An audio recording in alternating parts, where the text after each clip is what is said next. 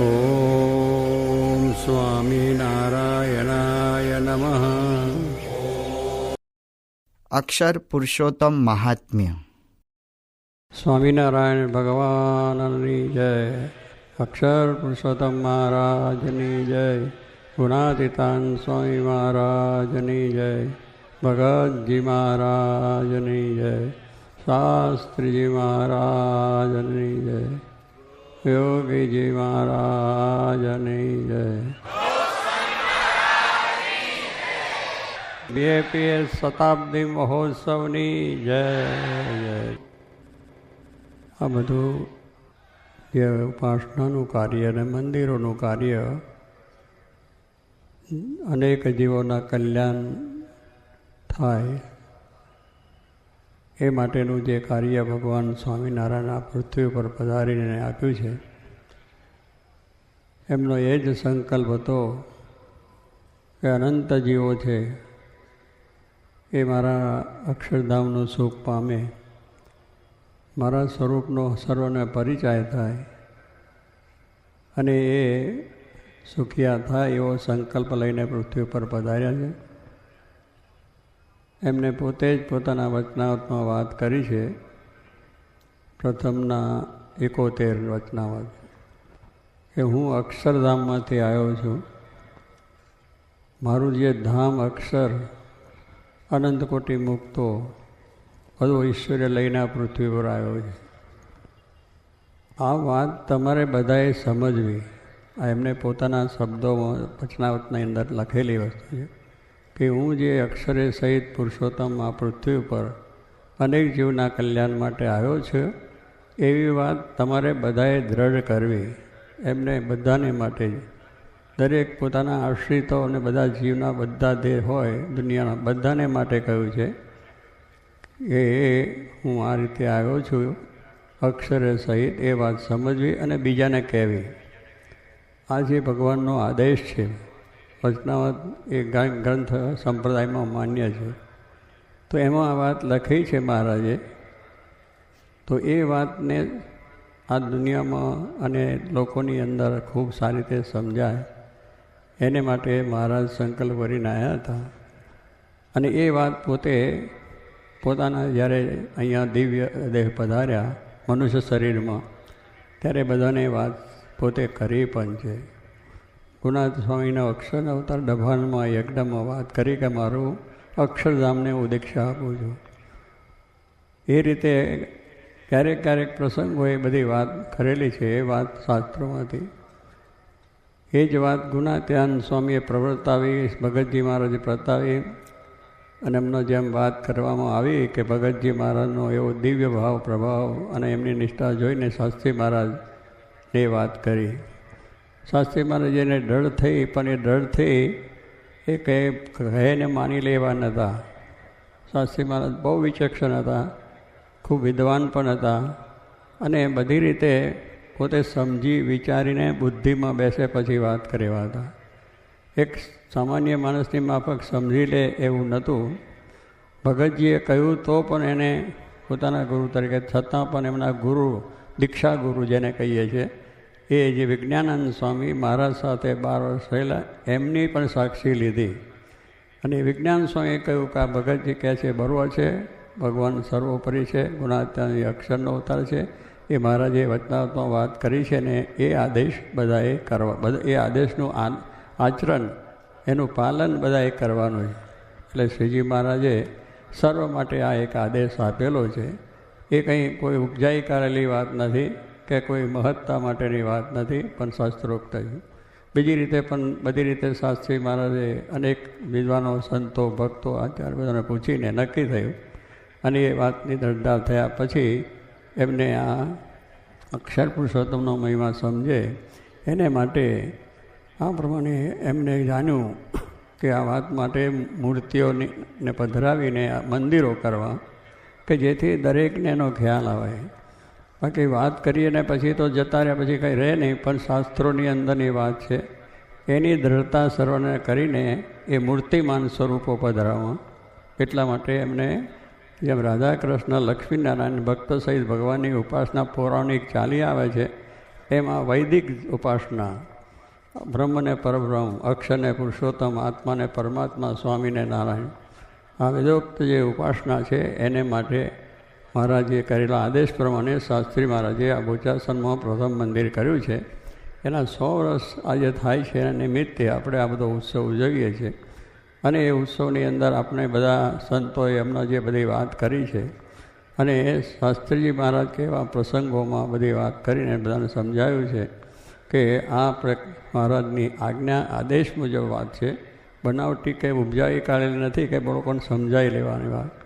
શ્રીજી મહારાજે કહ્યું છે કે હું બધાને તમને કૂવામાં ઉતારી ઉપર ઢાંકનું ઢાંકી દઉં, એમાં મારું સારું શું થાય? ભગવાન પોતે બોલે છે. હું ખોટે રસ્તે ચડાવું, ખરાબ રસ્તે કરાવડાવું અને તમારા બધાનો અનર્થ થાય, તમે બધા દુઃખી થાઓ, એવું મારે કરવું તો એમાં મને મારું શું સારું? પણ એ વસ્તુ પોતાની હતી, બધાનું કલ્યાણ થાય એટલા માટે શાસ્ત્રી મહારાજે પણ એમ કહ્યું કે હું આ જે વાત કરું છું એ કંઈ બનાવટી નથી, પણ બધાના કલ્યાણ માટે છે. તો આ વાત એ સિદ્ધાંતિક છે, ભગવાનનો આદેશ છે. શાસ્ત્રી મહારાજે એ પ્રમાણે જ આ કાર્ય કર્યું છે અને એ વાત છે. સાચી વાત છે એ દરેકને સમજાય. ખોટી વાત હોય થોડા દાડા ચાલે પણ પાછું એ બંધ થઈ જાય, પણ મૂળ પાયાની જ વસ્તુ સસ્તા. એટલે એમ કહ્યું મહારાજે કે હું અક્ષરધામથી આવ્યો છે. કૃષ્ણ પરમાત્માએ પણ વાત કરી છે કે આ પ્રમાણે બધાએ ભગવાનનો આશરો કરવાની વાત છે. શરણે આવવાની પણ વાત કરી છે ગીતાની અંદર.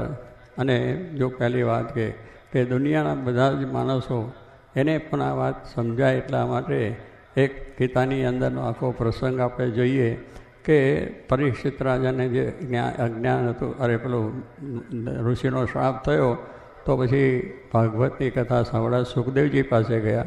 સુખદેવજી એક ધર્મનિષ્ઠ પુરુષ હતા. એને પછી વાત સમજાવી કે આ તું આ માની બેઠો છે કે મારું મૃત્યુ થશે. ઋષિનો શ્રાપ હતો કે મરી જઈશ, નાશ પામી જઈશ, અમારા રાજનું મારા કુટુંબનું શું થશે? એ મિથ્યા વાત છે. તું એ દેહ નથી, રાજા નથી, કશું તું નથી. અને તારું આ દેહ તે તું માને છે હું પરીક્ષિત રાજા છું, એ માન્યતાનો ત્યાગ કર અને આ પ્રમાણે હું જે ભાગ એ વાતની તું દ્રઢતા કર અને આત્મા તું છું એમ માની લે કે આત્મા છે એ મળતો નથી, નાશ પામતો નથી, એની કોઈ વિનાશ થતો નથી. એવો એ આત્મા છે એ તારું સાચું સ્વરૂપ છે. આ તો દેહ તો એ તો તારું મિથ્યા છે. એ સ્વરૂપની નિષ્ઠા કરીને મારી કથા તો બ્રહ્મનિષ્ઠ એવા જે સુખદેવ, એમને જ્યારે વાત સમજાવી, સુખદેવજી બધા જ વિચારો મૂકીને 7 દિવસ સુધી ભાગવતની કથા સાંભળી છે અને બીજા જગતના માયાના વિચાર મૂકીને તો 7 દિવસમાં એનો મોક્ષ હોય. તક્ષક નાગ તો આવ્યો, તક્ષક કરડ્યો કોને? દેહને, આત્માને નહીં. આત્માને કંઈ વસ્તુ અડતી જ નથી, એ બધાથી નિર્લેપ છે. પરમાત્મા એથી પર છે, એની તો વિશેષ વાત છે. તો એ પ્રમાણે એને પોતાના આ પ્રમાણે વાત કરીને પરીક્ષિતને પોતાનો પછી મોક્ષ થાય છે. આ કથા સાંભળીને બંને સત્સંગ હરિકથા તાબીને મોહ ન જાય, મોહ ગયે વિને હોવતના રામ પદ અનુરાગ. તુલસીદાસ પણ કહે છે કે આ પ્રમાણે ભગવાનને આપણે પ્રમાણે સત્સંગ કરવાથી અને ભગવાનની ભક્તિ કરવાથી આપણો મોક્ષ થાય છે. એટલે સત્સંગ એટલે એવા સાચા પુરુષ, ધર્મનિષ્ઠ શ્રોત્રિય જે શાસ્ત્રોમાં કયા છે એવા પુરુષો છે. એના થકી આપણને આ વાત ભગવાનની વાત સમજાય છે, આત્મા પરમાત્માની વાત સમજાય છે. જગત મિથ્યા છે, નાશવંત છે, દુઃખરૂપ છે, એ બધા પ્રસંગો એમાંથી સમજાય છે. તો એ પણ ત્યાં આગળ આ પ્રમાણે વાત કરેલી છે. તો આપણે એ પરીક્ષિતનો દ્રષ્ટાંત એ વસ્તુ છે. અર્જુન છે એને પણ ગીતાની જ્યારે પ્રારંભ થયો અને મહાભયંકર યુદ્ધ થવાનું હતું સામે, ત્યારે એને ભગવાને કહ્યું કે આની સામે તારે યુદ્ધ કરવાનું. એને રથ ઊભો રાખ્યો, બધા પોતાના કુટુંબ પરિવાર બધું જોઈ એને દુઃખ થઈ ગયું કે આને મારીને મારે રાજ કરવું, આ બધા મારા સગા સ્નેહી છે. તો એને પણ ત્યાં આગળ ભગવાન કૃષ્ણ પરમાત્મા ખિન્ન થઈ ગયો, દુઃખ પોતે મૂકી દીધા હથિયાર. ત્યારે ભગવાને એને વાત કરી કે આ તું માની બેઠો છે, આ તારા કુટુંબ પરિવાર બીજું ત્રીજું એ તો બધા મૃત્યુને આધીન છે જ. જન્મ્યા ત્યાંથી જરૂર જાનો મરવાની છે વાત, બધાને મૃત્યુ થવાનું. કોઈ પણ રીતે કોઈ પણ પ્રસંગે બધા જવાના જ છે. માટે તું મરેલા છે એમ માનીને યુદ્ધ કર. એ તારે કોઈ એ ખગજે તારે કહેવાનું છું. એ વાતની જ્યારે વાત કરી, કૃષ્ણને એમાંથી પ્રશ્નો થયા, ઘણા ઉત્તરને 18 ગીતાના 18 અધ્યાય થયા છે. એમાં ભગવાને છેવટે એને બધું જ્ઞાન આપતા કરતાં સાંખ્યોગ, ભક્તિયોગ, જ્ઞાનયોગ બધા આપતા એક વાત એમને ભગવાને કહી દીધી કે સર્વધર્માન પરિત્યજ્ય મામેકમ શરણ વ્રજ હમ તમ સર્વાપયોગ્ય મોક્ષિષ્યામિ આસુ છે. હે અર્જુન, આ તે તારા મનથી માન્યું છે કે આ મારા સગા સ્નેહી બીજા ત્રીજા છે, પણ આ મૃત્યુલોક છે, મૃત્યુલોકનો બધાને જવાનું છે, માટે એ ભાવ છોડી દેતું કે તારા મનથી જે માન્યતા માની છે એ તારી માન્યતા ખોટી છે, એ મૂકીને તું મારે શરણે આવ, હું કેમ એમ કર તો તારો મોક્ષ થશે, તને કોઈ એ જાતનું વિઘ્ન આવશે નહીં. આ ભગવાને પોતે સાક્ષાત કહ્યું છે. આપણે એ બધું માની બેઠા છે ને મિથ્યા કરીને એ ભગવાનનો આદેશ જો ઝીલીશું તો આદેશ ઝીલવાથી આપણે શાંતિ છે, વ્યવહાર સંસારમાં રહેવાનું છે, બધું કરવાનું છે, પણ એ વસ્તુ છે એ ભગવાનના આદેશ ગીતાના સાંભળીને જો એ પ્રમાણે વર્તીશું તો કોઈ જાતનો વાંધો આવે નહીં. અને સહેજે સહેજે આપણે ભગવાનનો વૃત્તિ પણ રહે અને સારું થઈ જાય તો ત્યાં પણ કૃષ્ણે કહ્યું કે મારે શરણે આવો. બાકી ગમે એને શરણે જઈએ આ જગતની કોઈ પણ વ્યક્તિ મહાન, તો એનાથી આપણો જે અંતરની શાંતિ, આત્માની મુક્તિ થતી, દેહની આપણે મળે, દેહ છે એની સુખ બધું મળે છે. આજે વિજ્ઞાન છે, વિજ્ઞાને સંશોધન કરીને ઘણી વસ્તુ આપણને આપી. આજે બધો દુનિયાની અંદર પ્રકાશ થયો, ઉજાસ થયો, ટ્રેનમાં ઉડતા થયા, આકાશમાં ગયા, બધું કરી આવ્યા અને કર્યું. અને પછી ઘણી સંશોધનો કરીને આપણે આખો વિકાસ થયો, આપણો જગતનો વિકાસ થયો, બધી જાતની સુખ સગવડો મળી છે. વિજ્ઞાન છે, વિજ્ઞાન આ બધી વસ્તુ તો પડેલી હતી જ આ જગતની અંદર અને પૃથ્વીની અંદર, પણ એ વસ્તુ હતી એનું જ્ઞાન નહોતું એટલે આપણે એમ અંધારામાં કરતા હતા. પણ જ્યારે આ વિદ્વાનો તૈયાર થયા અને એમને જ્યારે આ વસ્તુ બતાવી ત્યારે આપણને ખ્યાલ આવ્યો વિજ્ઞાન આપણને ઘણું આપ્યું છે. સાચી વાત છે, એનો વાંધો નથી, પણ જ્યાં સુધી આપણને સાચું જ્ઞાન, આ વિજ્ઞાનનું જ્ઞાન છે એના કરતાં ભગવાનનું સ્વરૂપનું જ્ઞાન એ વિશેષ જ્ઞાન છે. અને એ જ્ઞાન જ્યારે થાય છે ત્યારે દુનિયાનો મોહ છોટી જાય છે. તો એ રીતે શાસ્ત્રોની અંદર ઋષિમુનિઓ જે થયા એવા ઋષિમુનિઓએ સંશોધન કરીને જેમ વિજ્ઞાને સંશોધન કર્યું છે એ બધું વિજ્ઞાન આપણા શાસ્ત્રોમાં પડેલું છે, આપણા ગ્રંથોમાં પડેલું છે. એને સંશોધન કરનાર જોઈએ, એમાંથી સાર વસ્તુ કરનાર જોઈએ કે ભગવાનની શું મહત્તા છે, આ દુનિયામાં ભગવાન શું છે, એની મહત્તા શું છે, એને શરણે જયા છે કોઈ ઉદ્ધાર નથી, એવી વાત આપણને શાસ્ત્રોથી મળે છે. અને એ પ્રમાણે ભગવાને ગીતામાં પણ કહ્યું કે દૈવી એશા ગુણમયી મમ માયા દુરિત્યા મામે એવ પ્રપદ્યંતે માયા મેતામ તરંતી રે. ભગવાન કૃષ્ણ કહે છે કે અર્જુન, આ મારી માયા છે બધી, આ તું જુએ છે, દેખે છે, એ બધી જ માયા છે અને એ આપણા મોક્ષ માર્ગમાં વિઘ્નરૂપ છે. માટે એ માયા છે, તું દુઃખે કરીને તું ગમે એટલું તપ, વ્રત, દાન, પુણ્ય ગમે એટલું કરીશ તો તને આમ થોડુંક શાંતિ થશે. પણ જે તારી મુક્તિ છે કે બધાથી મૂકવાનું કે દૈવી એશા ગુણમયી મમ માયા દુરિત્યા. ભગવાન કહે છે આ માયા મારી છે, આ જે દેખાય છે એ માયા મારી જ છે, એ પણ તમે પ્રયત્ન કરશો નહીં સરશે, પણ મારે શરણે આવો, હું કહ્યું એમ કર. દૈવી એશા ગુણમયી મમ માયા દુરિત્યા મામે વેવ પ્રપદ્યંતે માયા મેતામ તરંતી કહે, તું મારે શરણે આવો તો થશે. જો ભગવાન આપણને વાત કરે, શ્રીજી મહારાજે પણ કહ્યું કે આ બધું છે એને તમે જો મારે શરણે આવશો, મારી ભક્તિ કરશો, એટલા માટે હું અક્ષરધામમાંથી આવ્યો છું, તો તમારું બધાનું કલ્યાણ થશે, મોક્ષ થશે. એટલે ભગવાન છે એ બધાથી પર છે અને સર્વ સુખના ધામ છે. દરેકને શાંતિ આપવા માટે પૃથ્વીમાં આવ્યા છે, કલ્યાણ કરવા માટે. શિક્ષાપત્રીમાં લખ્યું સર્વજીવ હિતાવ, મહારાજે લખ્યું સર્વજીવનું હિતના માટે શિક્ષાપત્રીમાં લખ્યું છે એક શ્લોકની અંદર. તો કે એમનું ધ્યેય આશય લોકોનું કલ્યાણ કરવા છે, પણ લોકો પોતાનું બળે જાય છે. સમુદ્ર તરવા હોય પોતાને બળે તરાય નહીં, પણ નાવમાં બેસી જઈએ તો સામી પાર જવાય છે. એમાં દુનિયા છે એ ભવસાગર છે, એમાં જો આપણે તરવું હોય તો બાહુબળે નહીં તરાય, બુદ્ધિથી નહીં તરાય, પૈસાથી નહીં તરાય, સમૃદ્ધિથી નહીં તરાય. એને માટે ભગવાન આપણે નાવ જોઈશે, ભગવાનને આશરે જઈશું, ભગવાનના આદેશ મુજબ આપણું જીવન કરીશું તો જ આપણું શાંતિ સુખ પ્રાપ્ત થશે. શાંતિનો ઉપાય તુલસીદાસે કહ્યું સુરપુર નરપુર નાગપુર તિન્મ્ય સુખ નહીં, કાં સુખ હરિ કે ચરણ કાં શાંતન કહેવાય. આ પણ એમને કહ્યું છે કે ભગવાન કે સંત એમાં શાંતિને સુખ રહેલી છે, આ શાસ્ત્રોનો આધાર છે. એ જ વાત ઉપર શાસ્ત્રીજી મહારાજે મહારાજનો આદેશ આપીને દરેકને પોતાની એ છે વાત એ કરી છે. એમને કોઈ દુનિયાની અંદર મોહ, આ દુનિયાનું સુખ કે દુનિયાની સંપત્તિ નથી જોતી.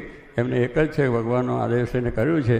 એટલે આ રીતના એમનું કાર્ય એ આજે આપણે જોઈ રહ્યા છે કે એટલી દુઃખો સુખો વેઠીને પણ કાર્ય કર્યું. ઘણી મુશ્કેલીઓની અંદર પણ કામ આવ્યું.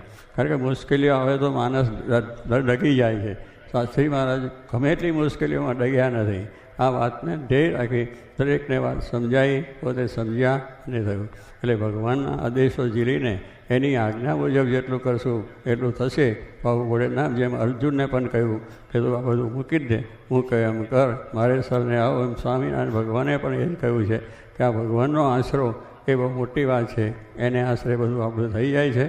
કહેવાનું છે કે એ ભગવાન છે, આ દુનિયાની અંદર આવ્યા છે અને એની આપણે ઓળખ થવી છે, ઓળખ કરવાની છે, એનો આશરો કરવાનો છે, એની નિષ્ઠા કરવાની છે. જો નિષ્ઠાનો આશરો થશે તો જગતમાં રહ્યા છતાં આપણને શાંતિ થશે. કહ્યું છે આપણે આ દુનિયાના સંસારમાં સરસો રહે, મન મારી પાસ, એને સંસાર લોપે નહીં, જાનો હરિનો દાસ. આ પણ વાત કરી છે કે સંસારમાં સરસો, સંસારનું કાર્ય કરો પણ સંસારમાં સરસો, મન મારી પાસે, મન તમે બીજામાં ના લગાવો, દુનિયાના માર્ગમાં મનને ન ચોડો, મનને ભગવાનમાં રાખો, કાર્ય કરે જાઓ, કોઈ તમને વાંધો નહીં આવશે.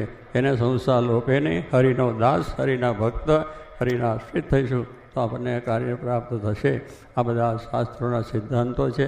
એ સિદ્ધાંતો અનુસાર જ ભગવાન સ્વામિનારાયણ પણ આદેશ આપ્યો છે અને આ પ્રમાણે કહ્યું. ત્રીજી મારે એક પણ વાત કરી છે કે સર્વશાસ્ત્રનો સાર, વેદ, ઉપનિષદ, ગીતા, ભાગવત આદિ ગ્રંથો, એમાં એ જ વાર્તા છે કે ભગવાનના સંત કલ્યાણ વગાડે છે. નાની ઉંમરમાં બધા શાસ્ત્રો ભણેલા હતા અને એમાંથી સાર કાઢ્યો અને જ્યારે નીલકંઠ બની નીકળ્યા ત્યારે ગુટકો હતો એમની પાસે આ બધા શાસ્ત્રોનો સારનો, કે આ પ્રમાણે ભગવાનને સંત કલ્યાણકારી છે.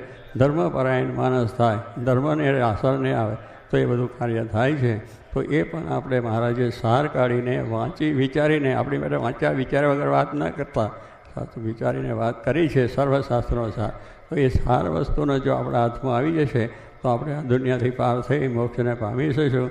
આવા જે શાસ્ત્રોના મોટા ભગવાન સંતોના વચનો જો હશે અને એને આપણે ધારીશું તો એ વચનો શાસ્ત્રી મહારાજે ધાર્યા છે, એમને પોતે વિચાર્યા છે અને બધી રીતે સમજીને આ વાત નક્કી કરી છે. અક્ષર અને પુરુષોત્તમ એ સિદ્ધાંત વૈદિક છે અને એ વૈદિક જ્ઞાનનું આપણે પ્રવર્તન થાય એટલા માટે આ સંપ્રદાયની અંદર અક્ષર અને પુરુષોત્તમ એ બધાને સમજો.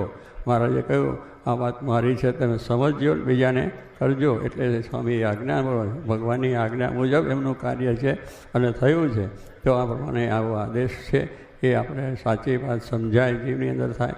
અને પછી જોગી મહારાજે પણ એટલું અલૌકિક કાર્ય કર્યું છે જે બધી વાત આપણે સાંભળી કે એમના તો દિવ્ય પુરુષ હતા, આનંદિત પુરુષ હતા, હંમેશા હાસ્ય. તમે જોગી માન જો તો હાસ્ય હાસ્ય, માન થાય, અપમાન થાય, તિરસ્કાર કરે, કોઈ ગાળો દે, કોઈ અપમાન કરે તોય એને ધૂન કરે કે મહારાજ સર્વનું ભલું કરો. એને ઉદાસીનતા આવી જ નથી, કોઈ એવો વિચાર પણ નથી આવ્યો કે બીજાનું ખરાબ થાય, બીજાનું ખોટું થાય. ભગવાન સર્વનું કલ્યાણ કરો, આ એમની વાત હતી. તો આજે હજારો માણસો એમના રહી આ કાર્ય કર્યું છે. તેવા એ પણ દિવ્ય પુરુષ હતા એટલે આ કાર્ય થયું છે. તો બે પુરુષો જે આપણને મળ્યા એ પુરુષોની આજ્ઞા, આદેશ એમાં રહીને જેટલું આપણે કાર્ય કરીશું તો થશે. આપણી કોઈ મહત્તા નથી, આપણી મહત્તા જરા પણ નથી. ભગવાન ભળે છે તો મહત્તા છે, ભગવાનનો આશરો થાય તો મહત્તા છે, ભગવાનની આદેશ મુજબ ચાલીશું તો મહત્તા છે. બાકી દુનિયામાંની કોઈ પણ મહત્તા એ કામમાં આવતી નથી. એટલે ભગવાનના આદેશ મુજબ રહીને આપણે જો કાર્ય કરશું તો થશે. ભગવાન કરતા છે, આ જગતનો કરતા એ છે જેને રચ્યું જગત જુઓ ને જૂજવી જાતનું રહે, જોતાં મૂંઝાઈ જાય મત કર્યું ભાત ભાતનું. ભગવાને કેવું કાર્ય કર્યું, પશુમાંથી પશુ, પંખીમાંથી પંખી, એવી બધી ઉત્પત્તિ થાય છે. આવી એક પોતાની કળા છે અને એ કળા એ એમની જ છે, એ કળાથી કરી શકે છે. એમાં ઝાડ, પાન, પર્વત, ગુફાઓ, નદીઓ, ઝરણા, કેટલું સુંદર ભગવાને આપણે આપ્યું. હવે એ બધું જો આપણે જોઈએ તો ભગવાનનો મહિમા આપણને સમજાય કે ભગવાન એ વસ્તુ શું છે. અને એ મહિમા જ્યારે સમજાશે ત્યારે જીવને શાંતિ થશે, માયા પર થવાશે. માટે ભગવાનનું કરતાપણું હંમેશા રાખવું. કોઈ પણ સુખ આવે, દુઃખ આવે, ગમે એટલી મુશ્કેલીઓ આવે તો ભગવાન કરતા છે. સુખ આવે તો એ ભગવાને કર્યું છે, દુઃખ આવે તો ભગવાન. દુઃખ છે એને ભોગવી લો અને સુખ આવે તો ભગવાનનો મહિમા સમજી એમની ભક્તિ કરો તો કોઈ વાંધો આવશે નહીં. સર્વ જગતમાં શાંતિ બીજું બધું થશે. પણ હું ભગવાનના આદેશો નિયમોની જે આપણી વાત છે એ દ્રઢ કરીશું તો અખંડ આનંદ છે. એને દ્રઢ નહીં થાય તો અખંડ દુઃખ જ છે. એટલે સુખ દુઃખના ભોગતા થઈને ભગવાનના વચનમાં રહીને કાર્ય કરશું તો થશે. તો આજે આ પ્રમાણે અહીંયા આગળ આ જે કાર્ય અને જે આ થયું એ બધું ભગવાનનું છે. શાસ્ત્રી મહારાજ યોગીજીમાંનું છે. આપણે કોઈ કરતા નથી. આપણી કોઈ શક્તિ પણ નથી કે સૂકું પાંદડું પણ હલાવી શકવા આપણે સમર્થ નથી. આમની અંદર એ અંદર જ્યારે ભગવાન બેઠા છે એ શક્તિ આપે છે તો આપણે પાંદડા હલાવીએ છીએ. આ વાત કરું છું તમને સંભળાય છે, તમે વાત કરો મને સંભળાય છે. એ બધું એનું કાર્ય છે. માટે આપણે કરતા છે એવું જ્યાં સુધી માના છે ત્યાં સુધી દુઃખ જ છે. હું કરતા નથી, ભગવાન કરે છે અને એ જ છે. ને ભગવાન બધું સુખ આવે તો આપણે સુખે આવે દુઃખે આવે બધું એમાં થશે. પણ એ દિવ્ય છે, દિવ્ય છે ને પ્રકાશમાન છે. એમાં કોઈ માયા નથી, જગત નથી, પ્રપંચ નથી. એવું ભગવાનનું સ્વરૂપ દિવ્ય છે એવું સમજીએ તો આપણે દિવ્ય થઈ શકીએ. એવું આ જ્ઞાન છે, એવી આ વાત છે, એને આપણે સમજવાની છે. માટે કરતાં સર્વ પ્રકારે સર્વ અવસ્થામાં સર્વ કાર્યોમાં ભગવાને જ કર્યું છે. એવું જો ભાવ રહેશે તો આપણા પર કોઈ ભાર નહીં. શાસ્ત્રી મહારાજ કહેતા કે આપણે જો એક બેડું એક માટલી માથા ઉપર પાણીની ભરીને મૂકીશું તો વજન લાગશે, પાણીનો ભાર લાગશે. પણ દરિયામાં તમે ડૂબકી મારો 1000 ટન પાણી ભરે, કંઈ દુઃખ જ નહીં, કંઈ ભાર નહીં, વજન નહીં. એમાં જગતના કાર્યો છે, માથે લઈને ફરીએ છીએ એટલે દુઃખ, ભાર, વજન બધું લાગે છે. ચકરાને અને ઝઘડા બધા થાય છે. પણ પાણીમાં ડૂબકે એટલે ભગવાનના સ્વરૂપમાં લગ્ન થઈ જવું, ભગવાનનો મહિમા સમજશું, એને સરને જઈશું તો કોઈ દુઃખ નથી અને શાંતિ, શાંતિને શાંતિ છે. આવું જે જ્ઞાન છે એ ભગવાનનું થાય અને ભગવાને કરતા માનજો. આ બધા અહીંયા પધાર્યા અને આ બધા ઉત્સવ ઉજવવામાં બધાએ આ પ્રમાણે દેશ પરદેશ અને બધા ભારતમાં થઈને આ ગુજરાતમાં થઈને બધેથી પધાર્યા છો એ બધાને ખૂબ ધન્યવાદ છે. મહારાજને પ્રાર્થના કરીએ છીએ કે આ બધાને પણ આવું શુદ્ધ જ્ઞાન થાય, આપણું જીવન સુખમય બને, શાંતિમય બને અને સંસાર પણ સુખી થાય, ભગવાનના સુખની પ્રાપ્તિ થાય. પ્રાર્થના છે ફરીથી પણ અહીંયા સંતોએ અત્યારે જે વાતો કરી છે એમને પણ મહારાજને જેવું બળ વિશેષને વિશેષ આપે. શાસ્ત્રી મહારાજ યોગીજીમાંનો રાજીપો છે, વિશેષ રાજીપો થાય અને આ સંપ્રદાયનું અક્ષર પુરુષોનું જ્ઞાન એમના દ્વારા પ્રવર્તું રહે એવું મહારાજને પ્રાર્થના છે. આપ બધાને પણ સુખ શાંતિ રહે માટે બધાને મહારાજને આ પ્રમાણે આપણને આ દેહ આપ્યો છે એ દેહથી ભગવાન કેમ રાજી થાય એ કરો. દેહથી બધું ભોગવવા તો નથી આપ્યું, પણ આપણે જેટલું જરૂર છે એટલું ભોગવવાનું છે, બાકી ભગવાનનું છે. માટે ભગવાનને અર્પણ કરીને આપણે વ્યવહાર સંસાર જે કરશું એમાં સર્વ નિર્ભે રહેવા છે અને સુખ શાંતિ થશે. તો એવું બળ મહારાજ સર્વને આપે એ જ પ્રાર્થના.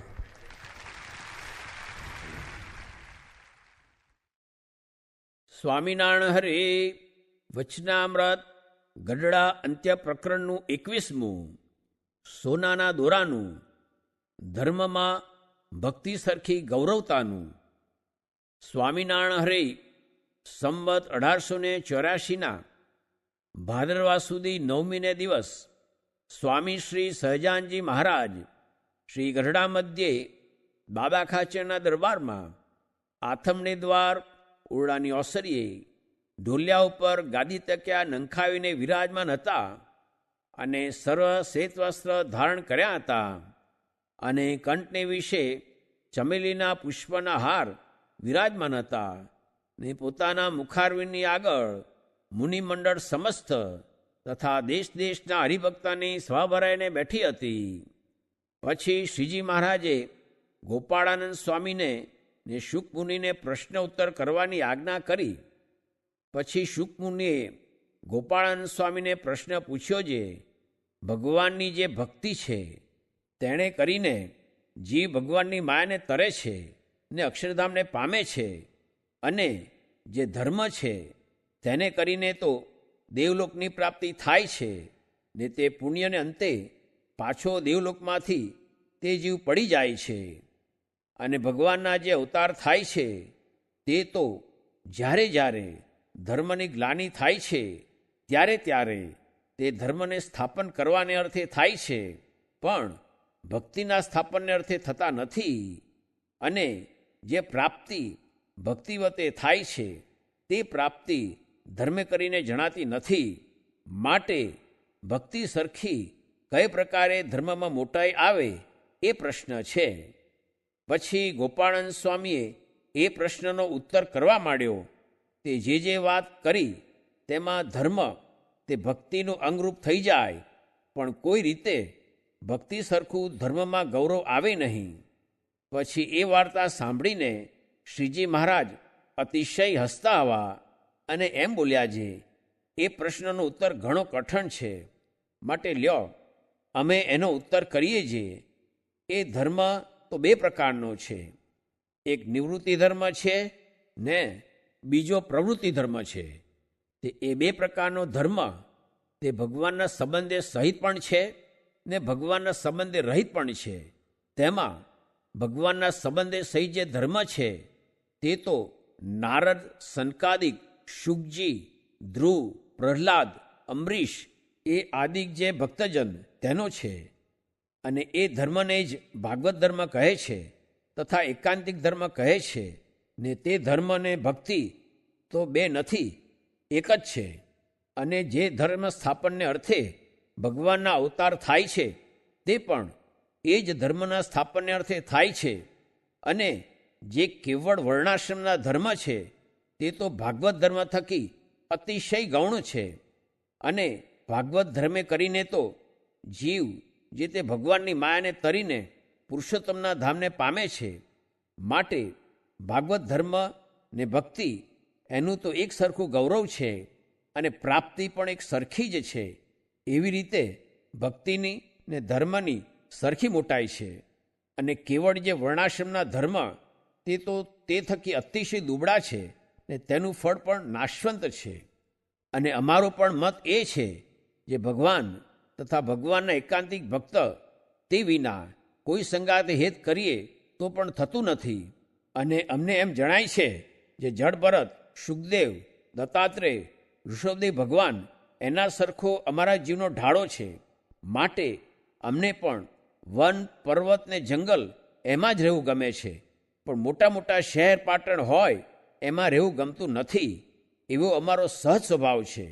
તો પણ ભગવાન તથા ભગવાનના ભક્તને અર્થે લાખો માણસના ભીડામાં રહીએ છીએ તો પણ અમારે જેવું વનમાં રહીએ ને નિર્બંધ રહેવાય તેવું જ રહેવાય છે. અને અમે પોતાને સ્વાર્થે કરીને લાખો માણસમાં નથી રહેતા.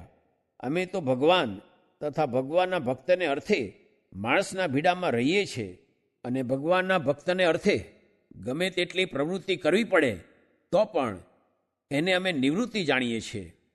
અને ભગવાનનો જે ભક્ત હોય ને તે ગમે તેટલા વાંકમાં આવ્યો હોય તો પણ અમારે તેનો અવગુણ આવતો નથી. અમે તો એમ જાણીએ છીએ જે ભગવાનના ભક્તમાં જો કોઈક સ્વાભાવિક અલ્પ દોષ હોય તો પણ તે જોવા નહીં. અને એ દોષ જો પોતામાં હોય તો તેને ટાળ્યાનો ઉપાય કરવો. પણ ભગવાનના ભક્તમાં એ જાતનો દોષ હોય તો પણ એ હરિજનનો અવગુણ લેવો નહીં. અને હરિભક્તોનો તો અવગુણ જ્યારે મોટા વર્તમાનમાં ચૂકી જાય ત્યારે લેવો. ને બીજા અલ્પદોષ હોય તે સારું, ભગવાનના ભક્તોનો અવગુણ લેવો નહીં. અને ભગવાનના ભક્ત હોય તેને વાદ વિવાદ કરી જીતીને રાજી થવું નહીં, એ સાથે તો હારીને જ રાજી થવું. અને જે વાદ વિવાદ કરીને ભગવાનના ભક્તને જીતે છે તે તો પંચ મહાપાપના જે કરનારા તેથી પણ વધુ પાપી છે. અને અમારી આગળ જે કોઈ ભગવાનના ભક્તનું ઘસાતું બોલે તે તો અમને દીઠો જ ગમે નહીં. અને જે ભગવાનના ભક્તનો અવગુણ લેતો હોય તેના હાથનું તો અન્નજળ પણ ભાવે નહીં. અને દેહનો સંબંધી હોય પણ જો ભગવાનના ભક્તનો અવગુણ લે તો તે સાથે પણ અતિશય કુહેત થઈ જાય. શા માટે? જે આપણે તો આત્મા છીએ તે આપણે દેહને દેહના સંબંધી સાથે શા સારું હેત જોઈએ? આપણે તો સત્તારૂપ રહીને ભગવાન તથા ભગવાનના ભક્ત સંગાતે હેત કર્યું છે, પણ દેહ બુદ્ધિએ કરીને હેત કર્યું નથી. ને જે સત્તારૂપ રહી નહીં શકે તેને તો કામ, ક્રોધ, લોભ, મોહ, મદ, મત્સરાદિક જે શત્રુ તે પીડ્યા વિના રહે જ નહીં. માટે જે આત્મસત્તારૂપ થઈને ભક્તિ નહીં કરતા હોય તેનું રૂપ તો આ સત્સંગમાં ઉગાડું થયા વિના રહે જ નહીં. શા માટે? જે આ સત્સંગ છે તે તો અલૌકિક છે. ને જેવા શ્વેતદીપ, વૈકુંઠ, ગોલોક તેને વિશે ભગવાનના પાર્ષદ છે તે જેવા જ આ સર્વે સત્સંગી છે. અને અમે તો જેવા સર્વથી પર જે દિવ્ય અક્ષરધામ તેને વિશે ભગવાનના પાર્ષદ છે તે જેવા જો આ સત્સંગીને ન જાણતા હોઈએ તો અમને ભગવાન તથા ભગવાનના ભક્તના સમ છે. અને જેને જ્ઞાન, વૈરાગ્ય, ધર્મ અને ભક્તિ એ અતિશય દ્રઢ નહીં હોય તે તો અંતે જતા ઢીલો પડ્યા વિના નહીં જ રહે. જેમ મીણે પાયેલ દોરો હોય ને તે શિયાળામાં અને ચોમાસામાં તો અકડ રહે, પણ જ્યારે ઉનાળો આવે ત્યારે જરૂર ઢીલો થઈ જાય, તેમ અહીંયા હરિભક્તને સર્વ પ્રકારે સુખ રહે ને સત્સંગમાં પણ સન્માન થતું રહે તે રૂપ જે ચોમાસું ને શિયાળો તેમાં તો જ્ઞાન, વૈરાગ્ય, ધર્મ ને ભક્તિ તે સુધા આકરા જણાય, પણ જ્યારે સત્સંગમાં અપમાન થાય ને દેહ કરીને પણ દુઃખી થાય તે રૂપ જે ઉનાળો તેમાં તો જ્ઞાન, વૈરાગ્ય, ધર્મ ને ભક્તિ તે મીણે પાયેલ દોરાની પેઠે ઢીલા થઈ જાય. તો પણ અમે તો તેનો ત્યાગ કરતા નથી, પણ એ જ એની મેળે મનમાં ઓશિયાળો થઈને સત્સંગમાંથી પાછો હટી જાય છે. પછી તે સત્સંગી કહેવાતો હોય તો પણ તેને અંતરે સત્સંગ સંબંધી સુખ ન રહે. માટે સત્સંગ કરવો તે તો આત્મસત્તારૂપ થઈને અતિ દ્રઢપણે કરવો, પણ દેહ તથા દેહના સંબંધી તે સંગાતે હેત રહી જાય એવો સત્સંગ કરવો નહીં. જેમ સોનાનો દોરો કર્યો હોય તે 6 ઋતુમાં સરખો રહે પણ ઉનાળાને તાપે કરીને ઢીલો થાય નહીં, તેમ જેનો દ્રઢ સત્સંગ હોય તેને ગમે તેવા દુઃખ આવી પડે તથા ગમે તેટલું સત્સંગમાં અપમાન થાય પણ તેનું કોઈ રીતે સત્સંગમાંથી મન પાછું હટે નહીં. એવા જે દ્રઢ સત્સંગી વૈષ્ણવ છે તે જ અમારે તો સગાવાલા છે ને તે જ અમારી નાત છે, ને આ દેહ કરીને પણ એવા વૈષ્ણવ ભેળું જ રહેવું છે, ને શ્રી કૃષ્ણ ભગવાનના ધામમાં પણ એવા વૈષ્ણવ ભેળું જ રહેવું છે એમ અમારો નિશ્ચય છે. અને તમારે પણ એમ જ નિશ્ચય રાખ્યો જોઈએ. શા માટે જ તમે સર્વે અમારે આશ્રિત થયા છો, માટે અમારે તમને હિતની વાત હોય તે કહી જોઈએ. ને મિત્ર પણ તેને જ જાણવો જે પોતાના હિતની વાત હોય તે દુઃખ લગાડીને પણ કહે, એ જ મિત્રનું લક્ષણ છે તે સમજી રાખજો. ઇતિ વચનામૃતમ એવી રીતે ગરડા અંત્ય પ્રકરણનું 21મું વચનામૃત જે તે થયું. સ્વામિનારાયણ અરે સ્વામીએ વાત કરી છે, આમ સમજાય તો આજ્ઞા પડે જે થર થર ધ્રુજત રહે વચન મેં ઇન્દ્ર મુનિન્દ્રા, થર થર ધ્રુજત રહે વચન મેં અવની અહિન્દ્રા, થર થર ધ્રુજત રહે વચન મેં શશી અરુસુરા, થર થર ધ્રુજત રહે રૈન દિન કાળ હજુરા, હરિહર અજ આદિ સબે રહત ભક્તિરત જાહી કી, મુકુંદ મોહવશ મૂઢ નર કરે ન આજ્ઞા તાહી કી. એ આદિક મોટા મોટા આજ્ઞામાં વર્તે છે, વળી સર્વત્ર જંતોર વ્યસનાવગત્યા, એમ જીવ કર્મવશ અનંત દુઃખ ભોગવે છે. એમ વિચારે તો આજ્ઞામાં રહેવાય, એમ જ્ઞાનીની તો અનેક રીત છે, ને વિષયનો પ્રસંગ રાખીને નિર્વાસનિક થવાની આશા તો ન જ રાખવી. એ વાત એમ જ છે, અને આજ્ઞા લોપે તેના હૈયામાં સુખ ન રહે. તે જેમ ચણા અને ઘઉં આદિકમાં હિમ પડે તે ઉપરથી તો હોય એવું દેખાય, પણ માહીથી બીજ બળી જાય છે એમ થાય છે. સ્વામિનારાયણ અરે સ્વામીએ વાત કરી છે, મહારાજે વચનામૃતમાં પોતાનો રહસ્ય, અભિપ્રાય, રુચિ, સિદ્ધાંત આદિ ઘણા શબ્દ કયા છે તે ઉપર સુરત રાખીને ચાલવું એ જ કરવાનું છે.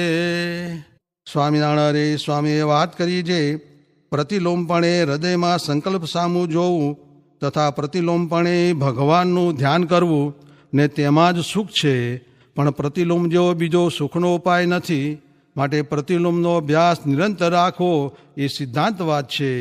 તે વચનામૃતમાં મહારાજે બહુ ઠેકાણે કહ્યું છે, ને મોટા સંતનો એ આગ્રહ મુખ્ય છે, ને પ્રતિલોમ વિના યથાર્થ જ્ઞાન થતું નથી. સ્વામિનારાયણ સ્વામીએ વાત કરી છે, સેવા તો પોતાની શ્રદ્ધા પ્રમાણે થાય તે કરવી, પણ અસેવા તો ન જ કરવી. તે અસેવા તે શું છે? અવગુણ લેવો. સ્વામિનારાયણ હરે સ્વામીએ વાત કરી છે, ધર્મ તો લાજે કરીને રહે છે, ને ધનોભક્ત પણ મહારાજને આપણી પેઠે જ ભગવાનને જાણે છે, પણ નિયમમાં રહ્યો નહીં તો ધર્મથી ભ્રષ્ટ થઈ જવાનું. સ્વામિનારાયણ હરે સ્વામીએ વાત કરી છે, સંગ થાય તેના ગુણ આવે છે, માટે ભગવાનનો તથા સાધુનો સંગ તો કરવો, ને બીજાનો તો જેમ ભીમસેનને ધૃતરાષ્ટ્ર મળ્યા હતા તેમ કરવો, ને સ્વાદ વગેરે અતિમાં દુઃખ છે, માટે અતિ થવા દેવું નહીં, અતિ સર્વત્ર વર્જે. સ્વામિનારાયણ હરે સ્વામીએ વાત કરી છે, સંચિત ક્રિયમાણ ને પ્રારબ્ધ તે પણ જાણવું, તે નિયમ ધર્યા તે દિવસથી સંચિત જે પૂર્વે કર્યા પાપ તે બળી જાય, ને ક્રિયમાણ કરવું નહીં, ને પ્રારબ્ધ ભોગવવું પડે તેમાં મૂંઝાવું નહીં, ને જો તે પ્રારબ્ધ ન ભોગવાવે તો દેહ છૂટી જાય. કેમ જે પ્રારબ્ધે કરીને તો દેહ બંધાણું છે, માટે ભોગવવા તે શૂળીનું કષ્ટ કાંટે ઉગારે. પછી સાધુ સર્વે તથા હરિભક્ત સર્વે કહ્યું છે, ઓહો બહુ વાતું થાય છે, આ પ્રમાણે રહે તો કાંઈ દુઃખ જ આવે નહીં. પછી સ્વામી કહે છે, હું એકે ધારતો નથી, આફુરી માહિતી કહેવાય છે. ત્યારે સાધુ કહે, ભગવાન પ્રવેશ કરીને બોલાવે છે, તો કે હા એમ જ, તે જુઓ ને એમ થાય છે. તેમાંથી મોટા હરિજનનો, મોટા સાધુનો, આચાર્યનો ને મહારાજનો પણ અવગુણ આવે. પછી તેમાંથી મોડો વેલો મરવા ટાણે સાધુ પણ વિમુખ થઈ જાય, માટે તેમ ન જ કરવું. સ્વામિનારાયણ હરે સ્વામીએ વાત કરી છે, જેમ સુતારનું મન બાવળીએ, ને જેમ દુબળા વાણિયાને અજમે હાથ, એમ ભગવાનને રાજી કરવા કરવું, ને હવે તો ક્રિયાને ગૌણ રાખવી, ને ભગવાનને પ્રધાન રાખવા, ને કથાને ને ક્રિયાને વેર છે, માટે બે ભેળું તો થાય જ નહીં, ને કરે તો વૃત્તિ સ્થિર રહે જ નહીં. સ્વામિનારાયણ હરે સ્વામીએ વાત કરી છે, અંતરનો કુસંગ, બહારનો કુસંગ ને સત્સંગમાં કુસંગ, એને ઓળખીને તેનો ત્યાગ કરવો. તે અંતરનો કુસંગ જે મનમાં ભૂંડા ગાંઠ થાય, ને સત્સંગમાં કુસંગ જે લોક ભોગ ને પક્ષ, તે પક્ષે કરીને આચાર્યનું, મંદિરનું, કોઠારનું ને મોટા સાધુનું ઘસાતું બોલે. ત્યારે કોકે પૂછ્યું છે, એ થઈ ગયું હોય તે કેમ ટળે? એટલે સ્વામી કહે, એ તો મોટા સાધુનો વિશ્વાસ હોય જે એ ભગવાન જેવા છે, ને ભગવાનની પેઠે અંતર્જામી છે, તે જાણે છે પણ કહેતા નથી, એમ જાણે તો ટળે.